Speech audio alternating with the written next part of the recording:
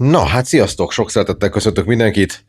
Eljött a május közepe, ami azt jelenti, hogy techmontást szeretnék nektek demonstrálni. Ugye ez az a műsorfolyam, amiben kicsit megvillantom, hogy mik várnak ránk, meg picit beszélek arról, hogy mik történtek eddig, és ez ugye mindig hónap közepére datálható, és ez most pontosan így történik.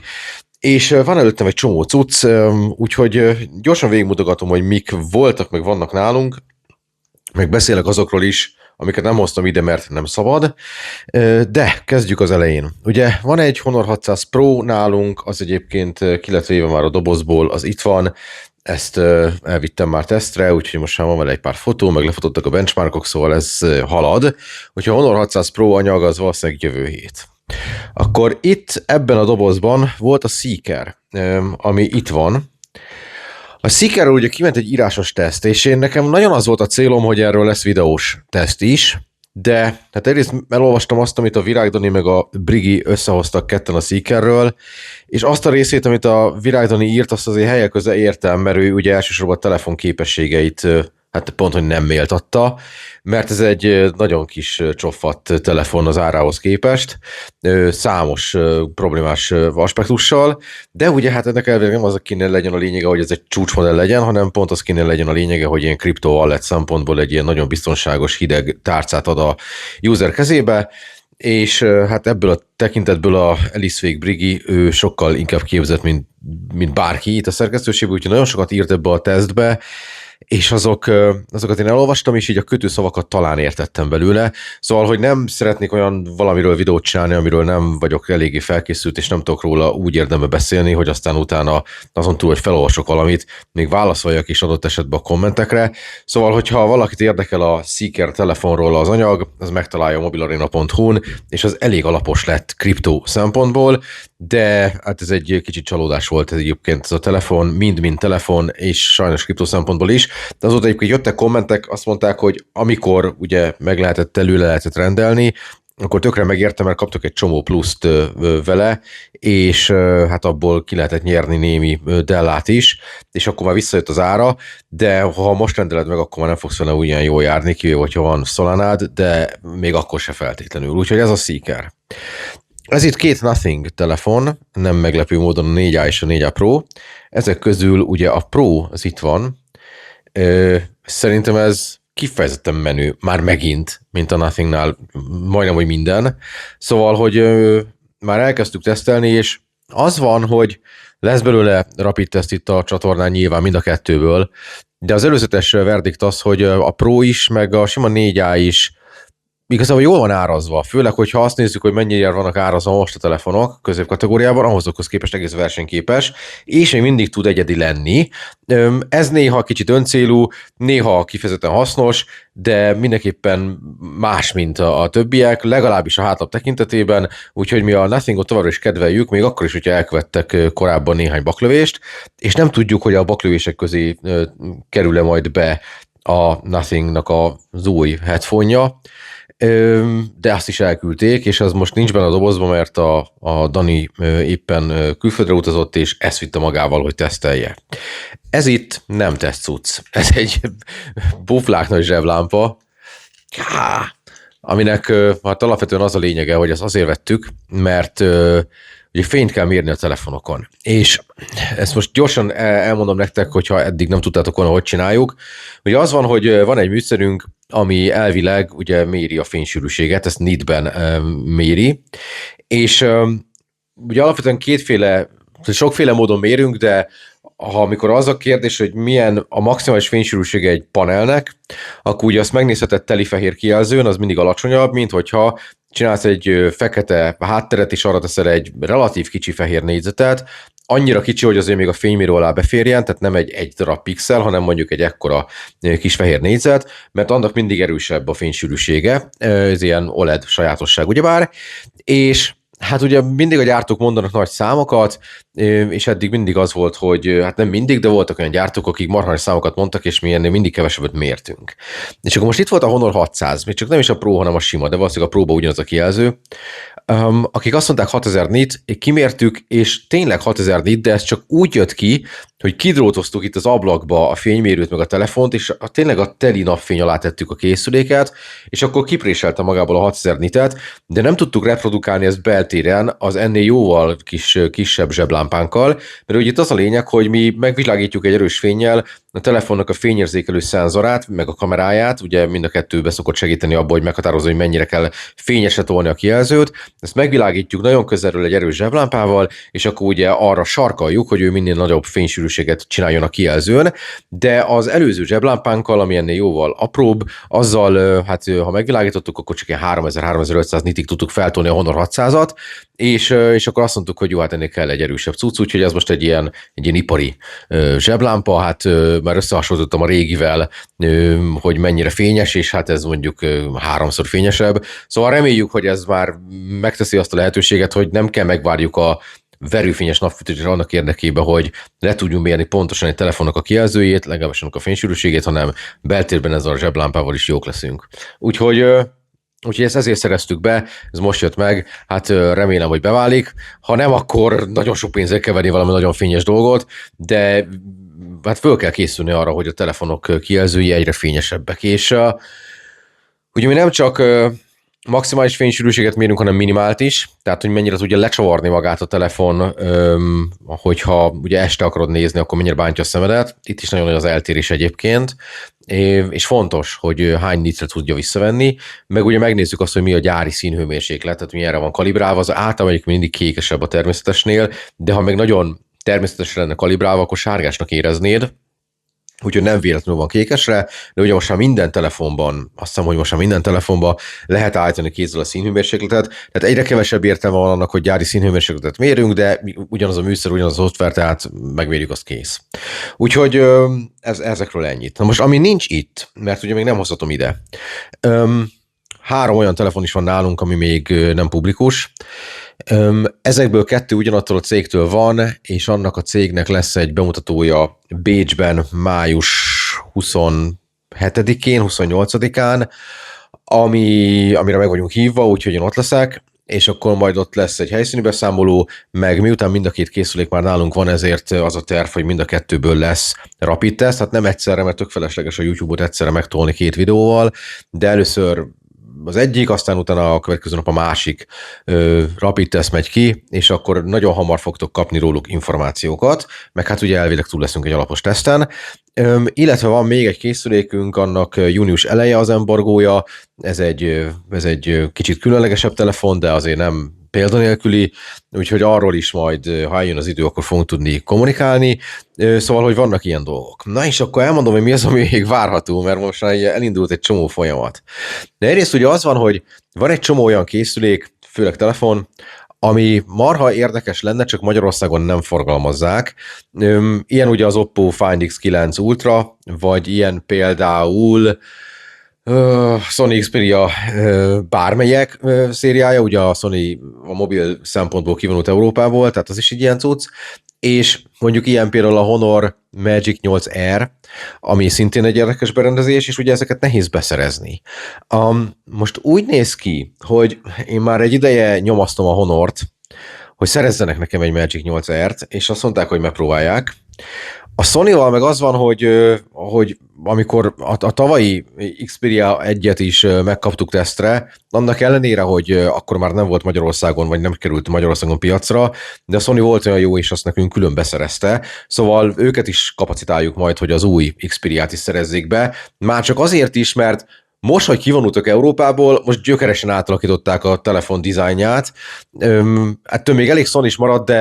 de azért láthatóan más, mint eddig, szóval lehet, hogyha ezt 2 évvel korábban meglépik, akkor nem állnak ennyire csehül. Most már csehül se állnak, mert azon a piacon sincsenek, szóval,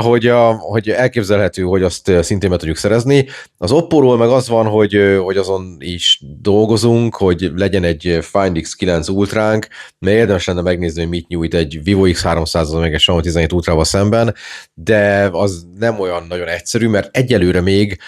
globál szoftverrel nem nagyon tudod megvenni megvenni sehol, hanem ugye a kínai szoftveret tudod megvenni, és nem tudom annyira mennyire lehet rá tákolni a GMS-t, úgyhogy ezt nem reszkíroznám meg, de hogyha majd bekerül az európai piacra is, akkor majd megnézzük, hogy mik a lehetőségeink. Úgyhogy ezek a telefonok. Nyilván van ezen kívül egy csomó más cucc is, van Honor tabletünk, valószínűleg lesz egy pár óránk, elképzelhető, hogy egy kicsit kérünk low-end telefonokat is, meg jönnek a Motorolák is, ugye valószínűleg a Foldot azt fogjuk látni viszonylag hamar, de talán lesz más Motorola telefon is hamarosan terítéken, tehát hogy annak ellenére, hogy kerülünk bele a nyárba, egyáltalán nem csillapodik az a telefon dömping, ami minket ér, és hát ugye azt már tudjuk, hogy július 22-én lesz a Samsungnak az Unpacked eventje, hogy hol azt még nem tudom, hogy ott leszek, nem tudom, de Fold, Flip, meg az órák, azok fognak jönni ezen az eventen, szóval, hogy a nyár közepén is lesz csúcskategóriás telefon, amiről érdemes beszélni, tehát szépen el vagyunk látva továbbra is, és ugye ezek csak a telefonok. Mert közben meg ugye az van, hogy rengeteg egyéb más kacatot próbálnak ránk melegíteni cégek. Van olyan, amire én átcsingózom. Mondok egy példát. Van egy cimborám, Írországban él, egy magyar srác, és egyébként youtuber, de ő egy kicsit máshogy közelíti meg ezt a tech YouTube világot, mert ő általában ilyen rövid, inkább bemutató jellegű anyagokat csinál, de bármiről. És ő neki most küldött a Sofabaton nevű cég egy univerzális távirányítót, az X2-t, és kérdeztem tőle, hogy hát nem akarja megadni a kontaktját ennek az embernek, és így egyből megadta, és akkor leveleztem velük, hogy nekem is kéne egy ilyen Sofabaton X2, mert hogy iszonyú potens cuccnak tűnik, nem is olcsó, és meglepetésemre egyből küldenek is egyet, tehát elvileg a napokban postára kerül, és az hamarosan megérkezik ide, EU raktárból, szóval valószínűleg nem fogok rá sokat várni, és hát úgy kicsit belástam magam a témába, meg utána néztem, hogy ez egyébként hogyan konfigurálható, meg mit tud. Ugye nekem még volt Logitech Harmonim, és azt nagyon-nagyon szerettem, de ugye hát ugye a Logitech Harmonik azok kvázi így kikoptak, és hogy akkor most ezt a helyet próbálja átvenni ez a Sofabaton nevű gyártó különböző távirányítókkal, és ezért aztán, miután nekem volt Harmonim, és tudtam, hogy ez milyen szuper dolog, ezért nagyon kíváncsi vagyok, hogy ezt a szellemi örökséget ezt tovább lehet vinni. Úgyhogy várom ezt a terméket, de pont azért, mert hogy én tényleg személyesen kifejezetten érdeklődöm iránta, ezért már beleástam magam, hogy hogyan lehet konfigurálni és miket tud irányítani, és ugye én API segítségével egyébként nagyon sok mindent föl lehet rá programozni, de többek között a Xiaomi Home-ot nem. És nekem nagyon sok Xiaomi Home cuccom van, és igazából tudom, hogy marha felesleges, de biztos nagyon élvezném, hogyha a távirányítóról tudnám kapcsolgatni a lámpákat, meg minden egyebet, úgyhogy elkezdtem belásni magam, hogy ezt hogyan lehet megoldani, és az egyetlen megoldás az az, hogy a Home Assistantet kell betenni a rendszerbe. Nekem nincs Home Assistantem, de megérett rá az idő, hogy mostantól legyen. De megírtam ennek a csajnak, hogy a Sofabatonos csajnak, hogy küld egy nyugodtan a távirányítót, de biztos, hogy kell nekem egy kis idő, mire szerzek egy Home Assistantet, összerakom rendesen, konfigurálom, beállítom, elhelyezem, mit tudom én, és akkor utána teljes körülben tudok az ő távirányítójukról is egy review-t csinálni, és akkor azt mondta, hogy hát hogyha én veszek egy Home Assistantet, küldjem el neki a számlát, és akkor ők ezt megtérítik, mert ők nagyon szeretnék, hogy az a videó, ami készül az ő távirányítójukról, az tényleg teljes körül legyen. És ez egy nagyon kedves gesztus, én tök jól esett, de úgy mondtam, hogy persze, hát ezt nem fogom meg visszautasítani, szóval, hogy lesz itt Home Assistant is, és ha már Home Assistant, akkor nyilván az arra is jó lesz, hogy integrálom a saját otthonomnak az okos bigyóit, és innentől kezdve bármilyen hasonló okos otthonos bigyó jön, akkor meg tudom azt nézni kapásból, hogy a Home Assistant-tel egyrészt nem csak, hogy kompatibilis-e, hanem mennyire egyszerű összegerebézni, és akkor az egy plusz layer egy ilyen okos otthonos videón, legyen az egy porszívó, vagy bármi egyéb lámpa, vagy bármi egyéb, amit ide küldenek. Apropó lámpa, van egy Cafelu nevű cég, ez így van írva, nem tudom, hogy ők hogy ejtik magukat, akik ilyen okos lámpákat és világítási megoldásokat gyártanak, és ők is megtaláltak, hogy küldenének terméket, és ide akartak küldeni egy ilyen $60 asztali hordozható lámpát, hogy az milyen jó lesz bemutatni, és És én nem, nem. Tehát azt gondoltam, hogy ennyit, ez nem ér ennyit, hogy én ezzel így vesződjek, és akkor elkezdtünk levelezni, és mondtam, hogy ha ide küldtök egy csoportnyi ilyen cuccot, akkor egy ilyen nagyobb, hosszabb lélegzetvételű videóban ezt tök jó be lehet mutatni, hogy van ilyen lámpa is, meg olyan lámpa is, meg mit tudom én, és akkor már én is úgy érzem, hogy van mit mutatom egy videóban, de egy ideig lelkesedett a csaj, de gondolom beszélt aztán a főnökével, mindig azon, hogy akivel én dumálgatok, ilyen kínai és ugye PR-os vagy social médiás ember, az nagyon kedves velem, de egy ponton, amikor arról van szó, hogy akkor mit küld ide, meg akármi, akkor mindig el kell mennie beszélni a főnökével, ezt mindig megírja, és akkor utána vagy jelentkezik örömmel, mint ahogy a távirányítósok csinálták, vagy pedig eltűnik forever, és a lámpások azok eltűntek forever, úgyhogy azt nem fogom tudni bemutatni a Home Assistant-tel, pedig pont adekvát lett volna, hogyha lesz most már egy Home Assistant a rendszerbe, akkor ezt a lámpás cuccot is kipróbáljuk rajta, mindegy, így jártam, hát nem töltem a kardomba, tehát hogy ki fogom bírni okos lámpák nélkül az életemet. Na, ezen kívül még mindig itt van a Turol Urbano 3, és még mindig nem kezdtem ezzel foglalkozni, amit tök ciki, de meg lesz. Most írt a Geekbuying-tól Kora, hogy lenne egy új roller, ami egy ilyen alsó középkategóriás gép, az Awesome márkanévvel, hát az ugye szintén egy ilyen összelegózott roller, az vagy sikerül jó, vagy nem. De az Awesome eddig azért nem nagyon nyúlt mellé, szóval nem mondom, hogy ilyen hiper-szuper rollerek voltak, de hogy nem akart megölni egyik sem, és az nekem már fél sikernek számít, úgyhogy mondtam, hogy küldj nyugodtan, szóval az is valamikor meg fog érkezni. És egyébként pedig, ami engem nagyon érdekel, meg felvillanyozott, hogy mindjárt lesz egy sajtóbejárás a Puskás Arénában, ahol ugye a BL döntőt fogják rendezni, és hát nem arról fog szólni, hogy ki fogod labdázni, hanem arról fog szólni, hogy lesz ott annak a sok-sok ezer embernek 5G-je, mert hogy a CETIN építi az infrastruktúrát a BL döntőre. És miután ez egy elég komplex mérnöki feladat, ezért aztán ők büszkék rá, hogy meg tudják ezt valósítani, és csinálnak egy ilyen sajtótúrát is, és hát szerintem, akik itt régóta követik ezt a csatornát, azok pontosan tudják, hogy ennek alapvetően az lesz a végeredmény az én szempontomból, meg a ti szempontotokból is, hogy akkor ott lesz Bodai Tamás, és nem én fogom nektek elmondani, hogy ez az antenna, meg az a mikro, meg milyen betáp, meg mit tudom én, hanem az az ember, aki ténylegesen tervezte ezt a dolgot, tehát, hogy a Bodai Tomi fogja nekünk remélhetőleg megvilágítani, hogy egy stadionnyi embert hogy lehet úgy kiszolgálni 5G-vel, hogy mindenki tudja streamingelni a gólokat, meg mit tudom, akármi, szóval, hogy ez hamarosan megtörténik, elmegyek sok kamerával, meg mikroportokkal, meg akármi, és akkor megpróbálok belőle csinálni nektek egy olyan anyagot, ami kicsit hasonló ahhoz, mint amit csináltunk tavaly a Szigeten, amikor azt mutatta be a Bodai Tomi, hogy a Sziget infrastruktúrája hogyan épül föl. Na most ezt egy jóval kisebb helyen kell legalább annyi emberre megoldani, szóval gondolom, hogy nem volt egy egyszerű feladat. Szóval ez nagyon hamarosan meg fog történni, és akkor azt is majd fogjátok itt nézni hamarosan. És egyébként meg a tagoknak üzenem, hogy mindjárt lesz Lovarda, úgyhogy tartsatok ki, és szintén a tagoknak, ugye már mondtam az egyik tag videóban, hogy nem tudom, az, aki nem tag, valószínűleg annak is feltűnt, hogy egy kicsit nem voltam, mert volt egy tavaszi nyaralás,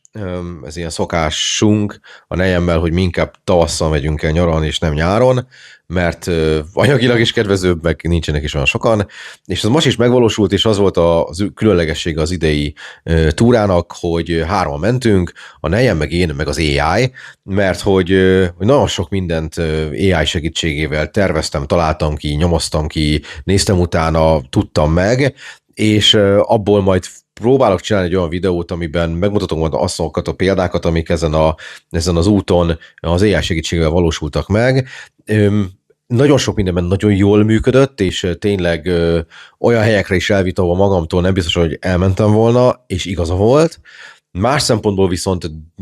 volt, hogy nagyon sokat is tévedett, és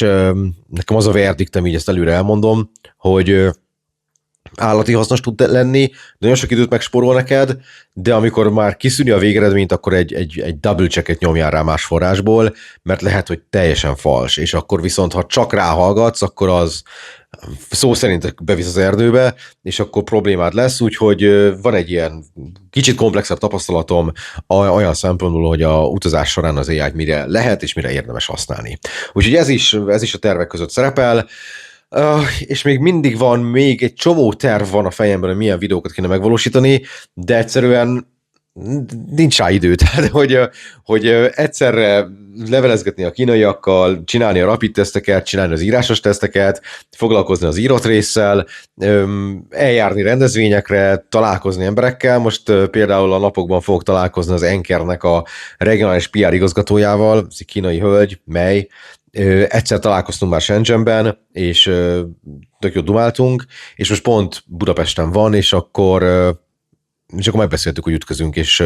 kávézunk, ami én úgy emlékszem, hogy ő sem iszik kávét, meg én sem iszom kávét, úgyhogy mind a ketten iszunk valami mást, és akkor kicsit beszélgetünk így a magyar piacról, meg tehát semmi különösebb célja nincsen, csak ilyen kapcsolat fenntartás kvázi, de hogy az is, tehát ilyen dolgok is előfordulnak, szóval oda is el fogok látogatni, vagy hát ez is benne van a napi programokban, tehát hogy elég sűrű minden nap alapvetően ilyen, de közben meg itt ülök egy csomó kütyű között, és ezt továbbra is nagyon szeretem, és hát látszik, hogy ez a dolog nem fog elapadni, ráadásul most már tényleg tudok érvelni egy csomó cég felé, főleg ugye a nemzetközi kapcsolatok tekintetében olyan szempontból, hogy nem csak magyarul készül el az egy-egy videó, hanem még 10 nyelven, és vannak olyan videók, amiket több külföldi néz meg, mint magyar.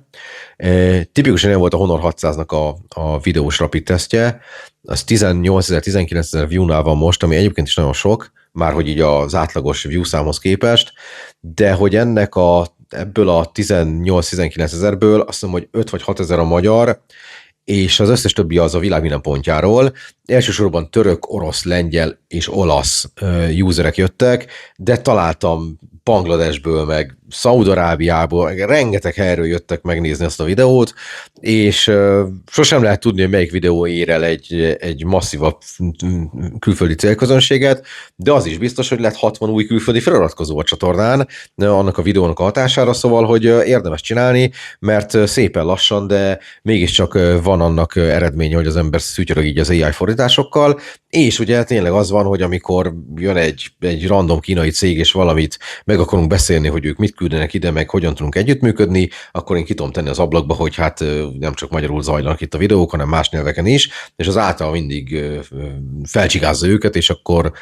könnyebben tudunk haladni ebben a beszélgetésben. Na, ezt még így a zárásként el akartam mondani.